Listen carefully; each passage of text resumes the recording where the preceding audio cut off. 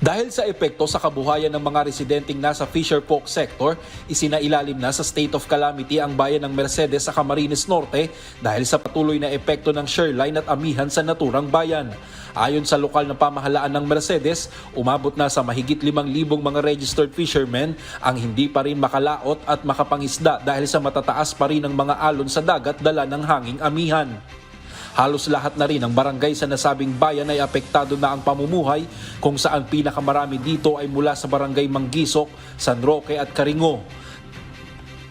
Nagkaroon ng almost 3 weeks yata na umuulan at nakita natin na apektado na yung mga tao dahil alam naman natin ang pangunahing pinagkukunan ng hanap buhay dito ng mga tao sa bayan ng Mercedes is yung pangingisda. At hindi lang naman din yung mangingisda ang apektado rin kasi yung mga nagtitinda ng isda, wala rin silang maitinda. So, apektado rin sila. Dahil dito, patuloy na ang pakikipag-ugnayan ng Mercedes Local Government Unit sa mga ahensya ng pamahalaan para sa mabilisang pagpapadala ng ayuda sa mga apektadong pamilya. Kamakailan naaabot sa mahigit 5,000 family food pack ang dumating at naipamahagi na mula sa Department of Social Welfare and Development.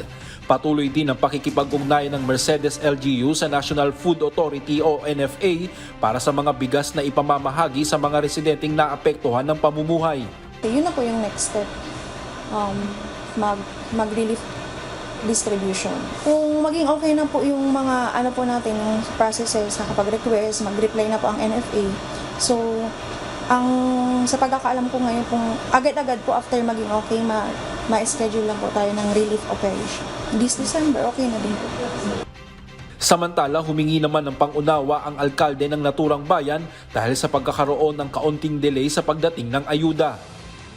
Inihingi po natin ang kanilang konting pasensya, pagtitiis pa ng dahil ginagawa naman natin po ang lahat, kaya lang may proseso po tayong sinusunod, may hinihintay tayong go signal kagaya ng sabi ko sa NFA, pero rest assured po kayo pag okay na po ito, in a week time may makakapagbigay naman tayong second batch natin. Kaugnay nito, tuloy-tuloy din ang ginagawang pakikipag-usap ng Mercedes LGU sa mga private at non-government organization o mga NGO na nagnanais magpaabot ng tulong sa mga residenteng naapektuhan ng hanap buhay dulot ng shoreline at hanging amihan. Diyos ang aming sandigan, serbisyo publiko ang aming pinahahalagahan mula rito sa Camarines Norte. Brian Baldarahe, Humahataw.